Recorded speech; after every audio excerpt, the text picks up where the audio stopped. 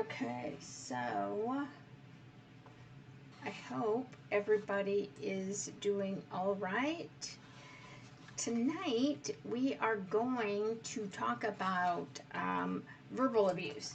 So, one of the things I thought I would try is talking about a form of abuse or something that relates to workplace bullying on Tuesday, and then on Thursday, offer some a mechanism to deal with it. So tonight we're going to talk about the subtle forms of verbal abuse, and then on Thursday I'll talk about some ways that you can combat that or intervene strategically with verbal abuse.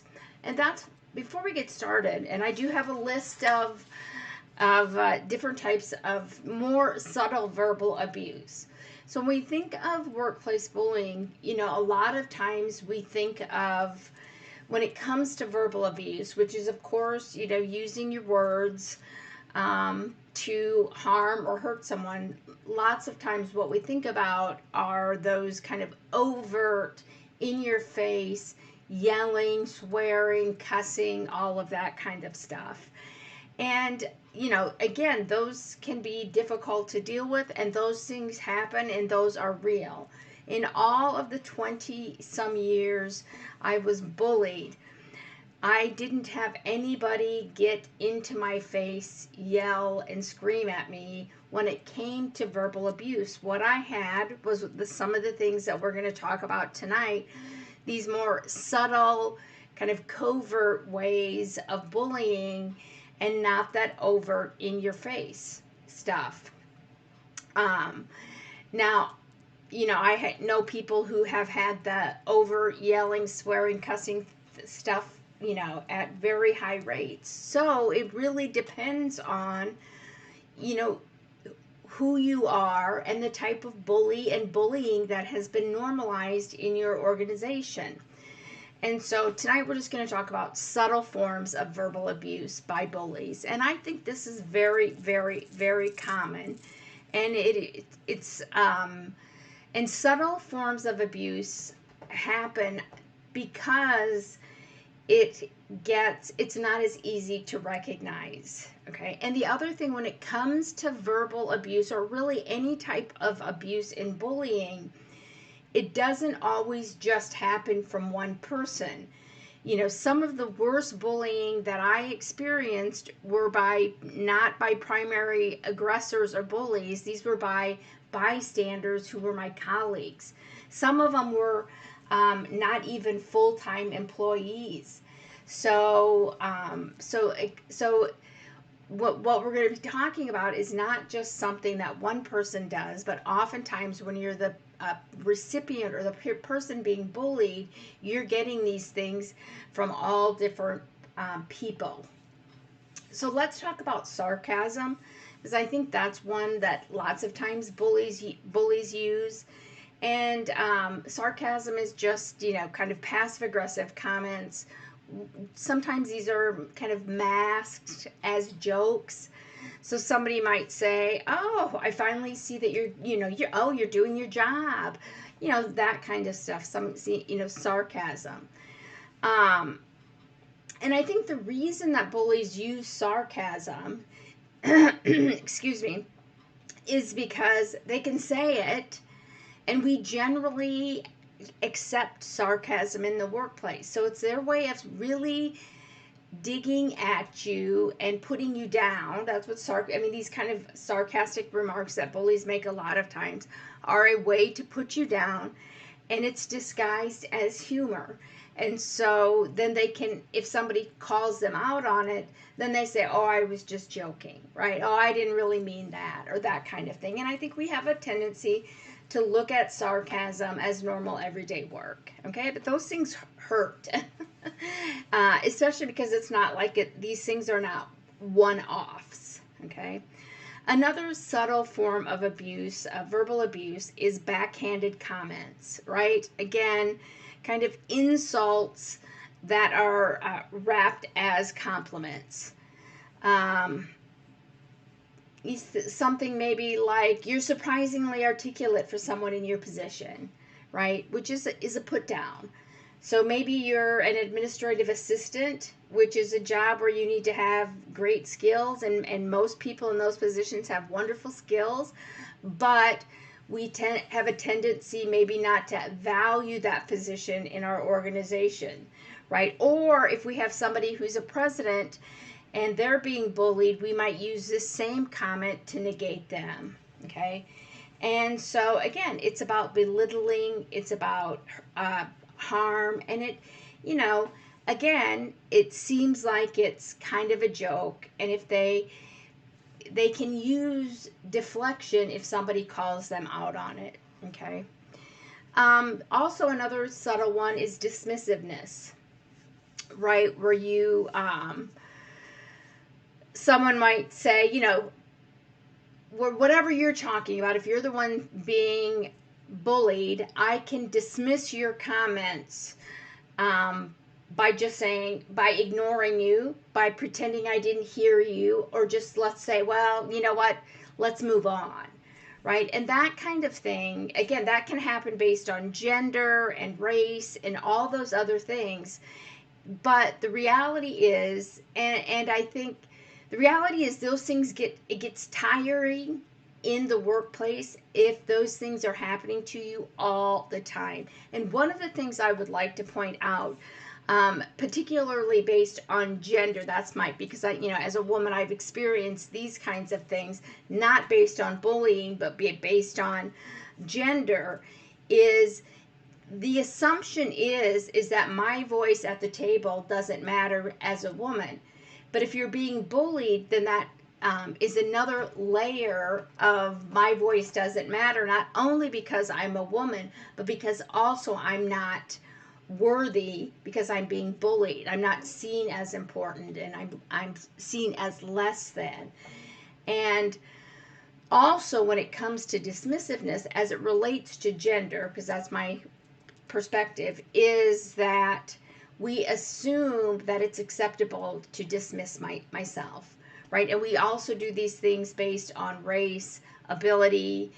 The older I get, we do it on age and all of those other things. And it is normalized to dismiss certain people sitting around the table. And bullying, and then when we add in bullying, that's just another layer of that hurt and trauma and abuse that dismissiveness adds, okay?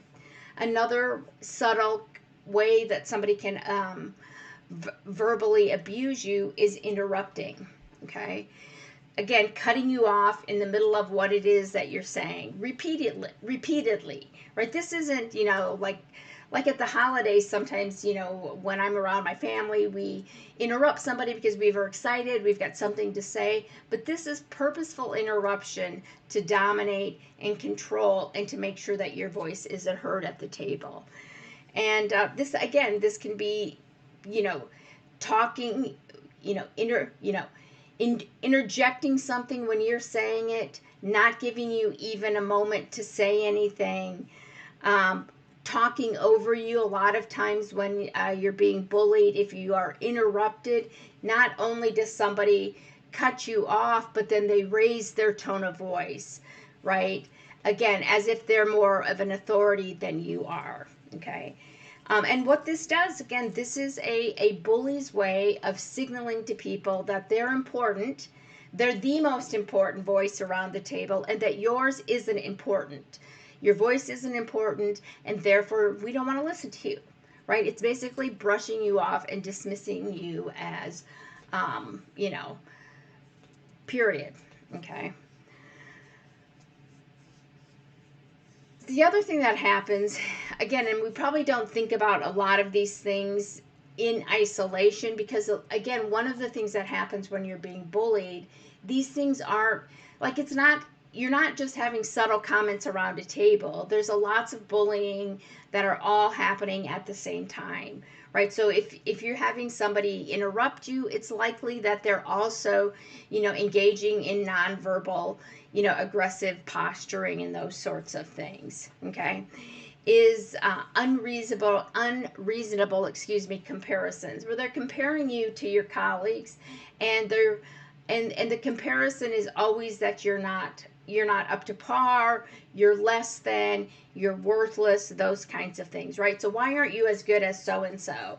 And I really wish you would write your reports.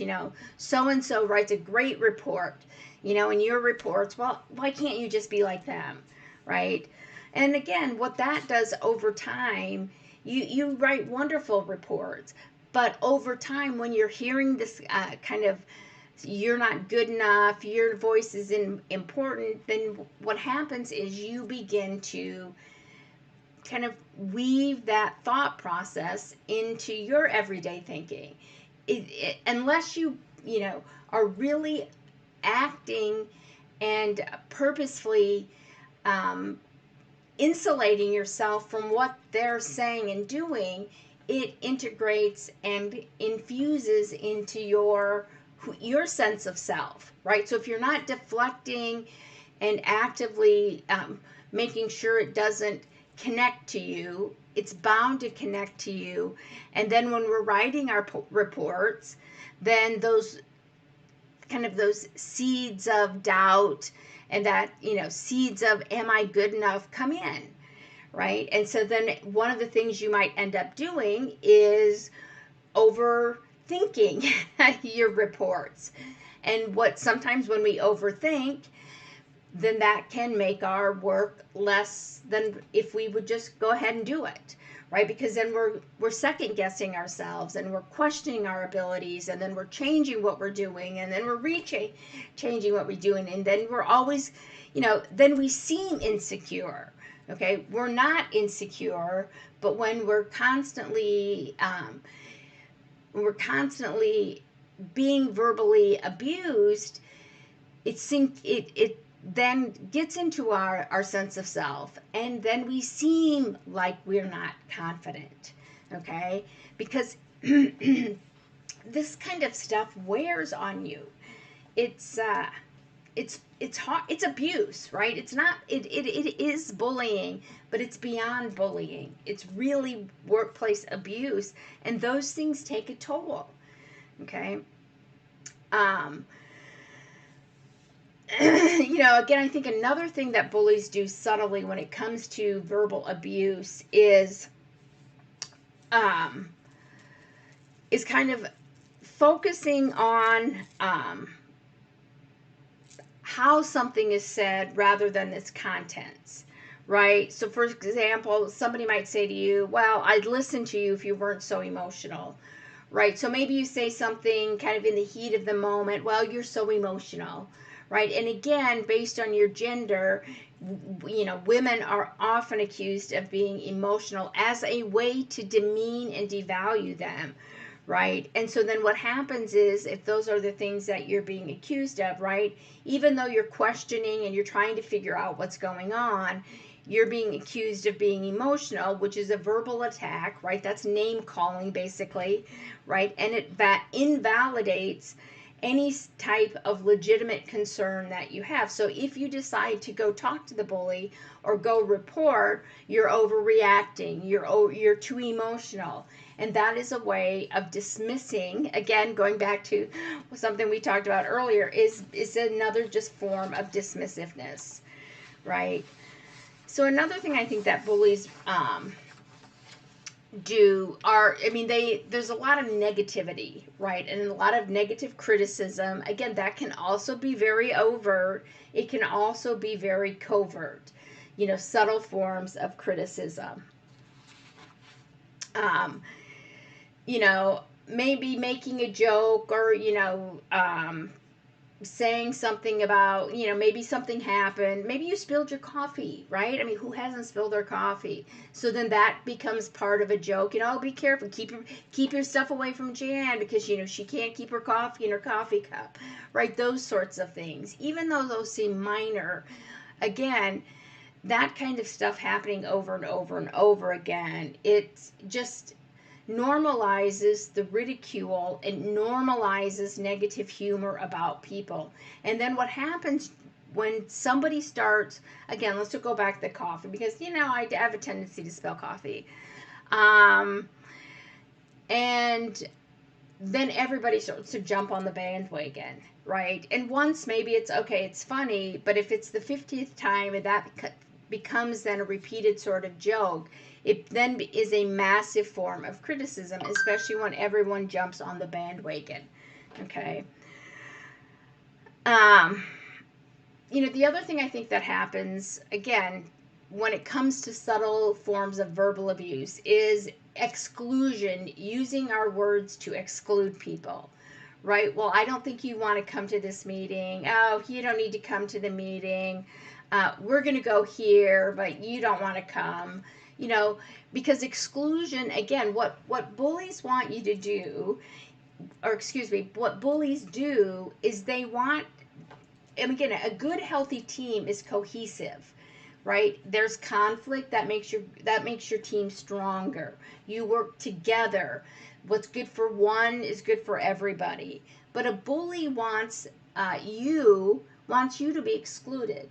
They want you to be the sheep outside of the group, right? Where you're not protected.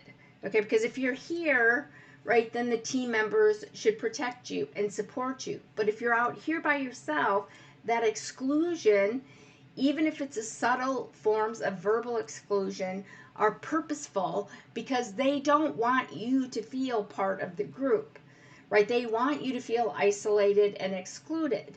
Okay, and one of the other impacts that bullying has, is that even though the bully thinks people are loyal to them. Loyalty is baloney in bully culture, okay? Because everybody is really looking out for themselves because they know that this group that they're part of, this bully club, is nobody is trustworthy in there, because everybody, again, one of the things that happens is there's a lot of behind the scenes verbal abuse talking, a lot of gossip and rumors. Everybody knows what's going on. Everybody's talking about it behind people's back. There's no loyalty in this group. There's individualism, because everybody knows that if you're not out for yourself, you might be the last person. You might be the one who's excluded. Okay, so there's not loyalty. There's kind of that facade, if you want to say, of loyalty, but there's not loyalty. Okay, but the bully wants to feel like they're the king of the mountain. I don't know if you played that game as a king or as a kid, right? But you wanted to be king of the mountain. You want to be the one at the top, and that's what the bully thinks. But if they look down, what they realize is nobody is looking back up at them. They're all trying to figure out how they can manage and survive in this workplace where there's bully culture. So the last one we're going to talk about is kind of, again, over generalizations. And these things can happen. And these are just, again, making exaggerated statements to criticize. Oh, you never get things right. You never do this. You never turn in your paperwork on time. You never come here to work on time. And again, what that does, what those kind of overgeneralizations do, is your bully is behind the scenes weaving these false narratives, right? They're the ones behind the scenes telling people how terrible you are, like telling people like I was a troublemaker, all of those things. And when they say these kind of overgeneralizations in public so other people can hear them, they're reinforcing the narrative they're telling people behind your back, right? So all of the bullying pieces sort of fit together, and the purpose is to harm and discredit and hurt you. One of the other things, I guess I will talk about one more form of verbal abuse, and that is kind of the under the breath comments. Okay?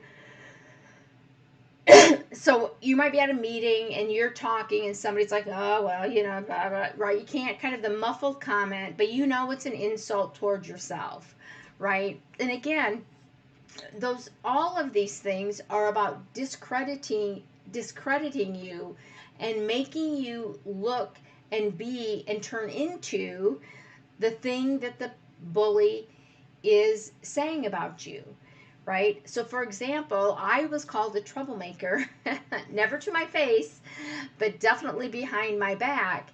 And then they would sow that kind of idea that I was a troublemaker by, interrupting me in meetings, by discrediting me and my work behind the scenes, right? And all these things. And the purpose was not only to create, if I could turn into a troublemaker, but it was to make sure that everybody knew that I was a troublemaker. So in meetings, if if I would engage with the bully and there would be a back and forth, and the bully could then later say to everybody else, well, oh, Jan, did you see Jan in that meeting? She was a troublemaker, right? So those things then reinforce what it is that the bully is saying. I hope that makes sense. But there are a ton of subtle forms of verbal abuse. And all of these that we listed tonight are just some of them, but I've experienced all of these millions and millions of times, sometimes several times a day by several people. And how we manage and handle that is really important. But I do think that one of the things that's really important is that these things, again, like I said earlier, if you are not actively working to protect your inner core or yourself, your sense of self, then what happens is these things tend to take a toll, and it hurts your self confidence.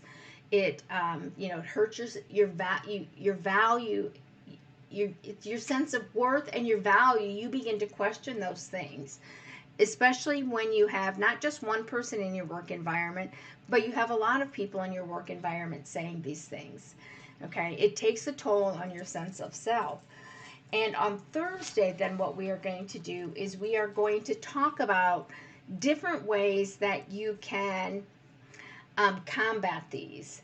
Okay, and I think there are generally some good ways to combat workplace bullying in ways that we might not have thought about. And the thing is, too, now that on Thursdays when we talk about different strategies, it's difficult to just lots of these strategies can be used in different scenarios and situations. So like last week we talked about silence. I'm going to bring that up again probably on Thursday as a mechanism for some of these things. So there might be some repeat in these strategies, but the point is that when you have good strategies, you should and can, and I strongly encourage you to use them when they are effective. So I would love it if you would give this a like. If you're not subscribed, I would love that too. But just drop me a comment too. Like, what are some of the forms of subtle verbal abuse that you've experienced in your life? I've talked about a few of mine. I've experienced a lot of subtle abuse. But let me know what you have. And also, make sure you join us on Thursday so that you can figure out different ways to strategize to deal with some of these kind of comments and verbal abuse from workplace bullies. So, as always, thank you very much, and I will see you on Thursday.